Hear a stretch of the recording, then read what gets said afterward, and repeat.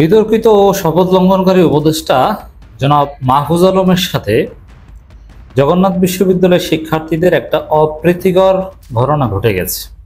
এটা খুবই দুঃখজনক, এটা রাষ্ট্রের জন্য অসম্মানজনক, এই সরকারের জন্য অত্যন্ত বিব্রতকর, চরম লজ্জাজনক, মাহফুজ আলমের জন্য অপমানজনক, লজ্জাজনক। যারা এই ঘটনাটা ঘটিয়েছে তাদের জন্য অত্যন্ত নিন্দনীয় কাজ। দর্শক, আপনারা অলরেডি অনেকেই জেনে গিয়েছেন যে উপদেষ্টা মাহফুজ আলম জগন্নাথ বিশ্ববিদ্যালয়ের আন্দোলনরত শিক্ষার্থীদের সাথে কথা বলছিলেন।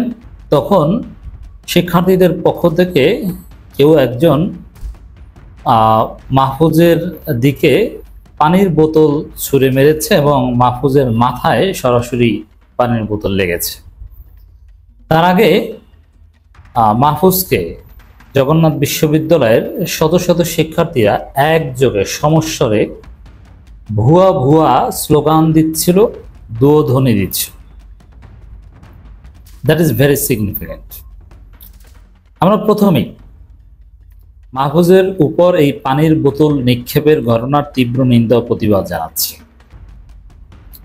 কারণ একজন উপদেষ্টা, গণঅভ্যুত্থানের ফলে প্রতিষ্ঠিত সরকারের একজন উপদেষ্টা, তিনি যতই বিতর্কিত হন কিংবা শপথ লঙ্ঘনকারী হন না কেন, তার গায়ের দিকে সরাসরি পানির বোতল ছুঁড়ে মারা এটা চরম বেয়াদবি, চরম অন্যায়।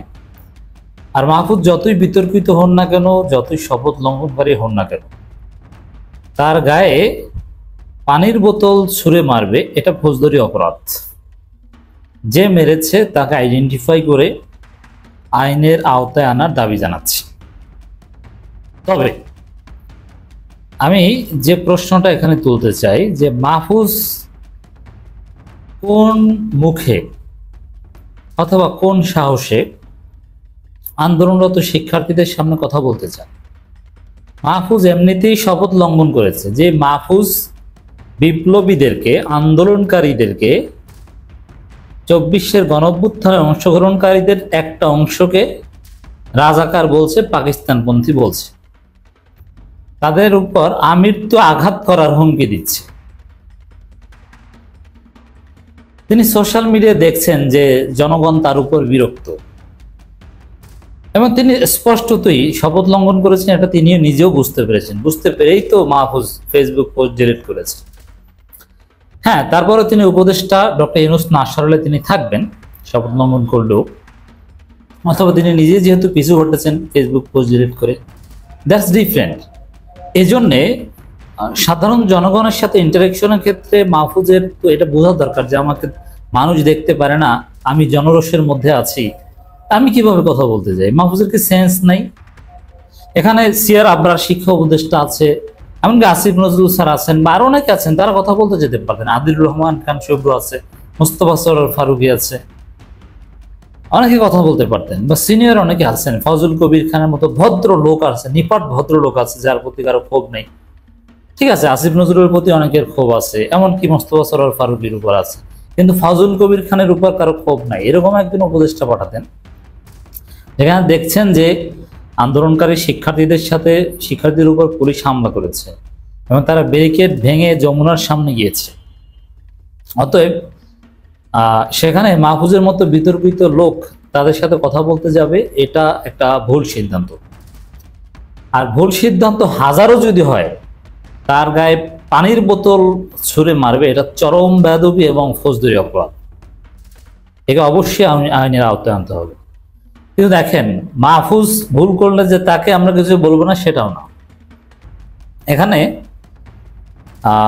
পানির বোতল ছুঁড়ে মেরেছে হয়তো যে কোনো একজনে, যেই মারুক আমরা নিন্দা জানাই এবং তাকে আইনের আওতায় আনার দাবি জানাই।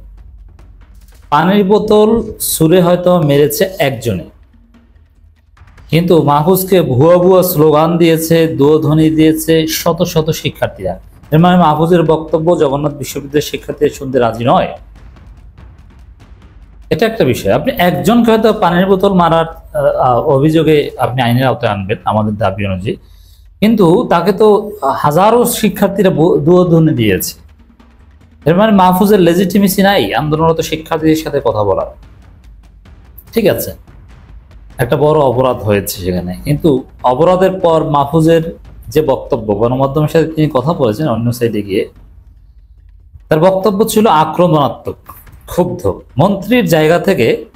বরং তার কি উচিত ছিল, তাকে পানির বোতল মেরেছে, তিনি ওখান থেকে একদম বাসায় চলে যাবেন। তারপরে এই কাজ যারা করেছে, এটা সিসিটিভি ফুটেজ দেখে আইনের আওতায় আনা একদম সহজ, সে যে দলের সাথে হোক না কেন, অথবা সাধারণ শিক্ষার্থীরা হোক না কেন, কারণ চারদিকে ক্যামেরা আর ক্যামেরা, আমরা বিশ্বাস করি এটা ধরা যাবে, ধরবে। কিন্তু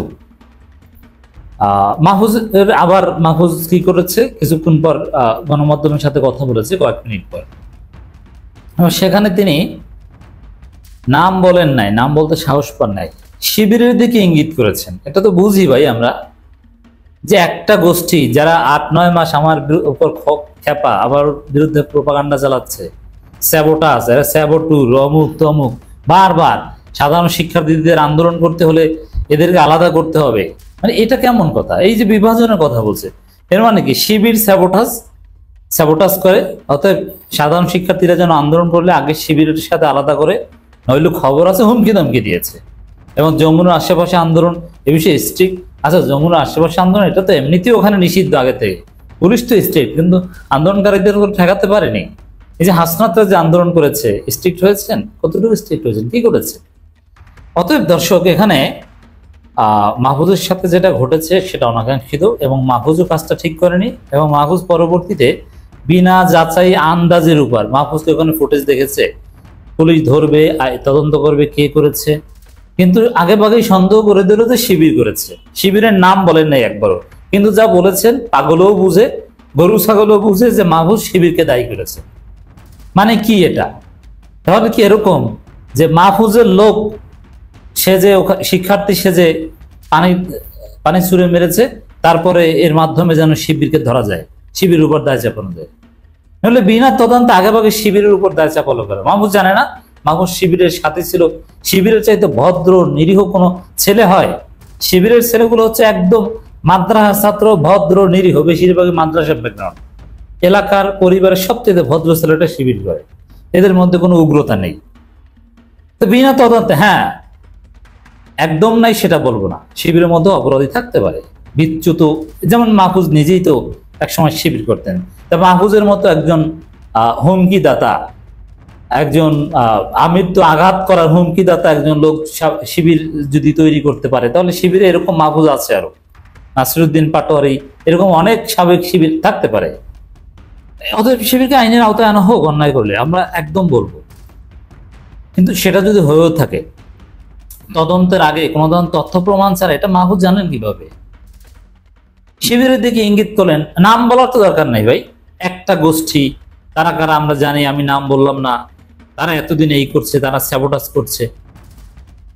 মানে এই জিনিসগুলো একজন দায়িত্বশীল জায়গা থেকে মাহফুজ তো মানসিক ভারসাম্য রাখতে পারেন। এই পানির বোতল মারার পর এই বিষয়টা তিনি ভারসাম্যপূর্ণভাবে ডিলই করতে পারেননি।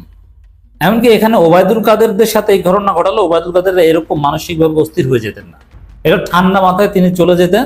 তারপরে পুলিশ গোয়েন্দা সংস্থার লোকজন ক্যামেরা ট্র্যাক করে একেবারে জায়গা মতো ধরত। কিন্তু এইভাবে হুমকি দামকি, পাবলিক রিয়াকশন, আবার 1 মিনিট পর আবার সাংবাদিকদের সামনে কথা বলতে, যে মানে এটা কি ভাই?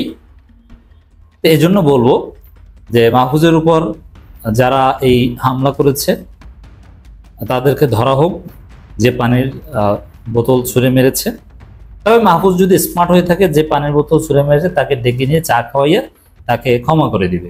কিন্তু আমাদের দাবি, এই অপরাধীকে, সে যে দলের সাথে সংশ্লিষ্ট অথবা সাধারণ শিক্ষার্থী হোক, তাকে ধরা হোক। আর মাহফুজ যে কথা বলেছেন সাধারণ শিক্ষার্থীদের উচিত আলাদা করা শিবিরকে, নাম বলেন নাই, কেন আলাদা করবে? শিবির কি শিক্ষার্থী না?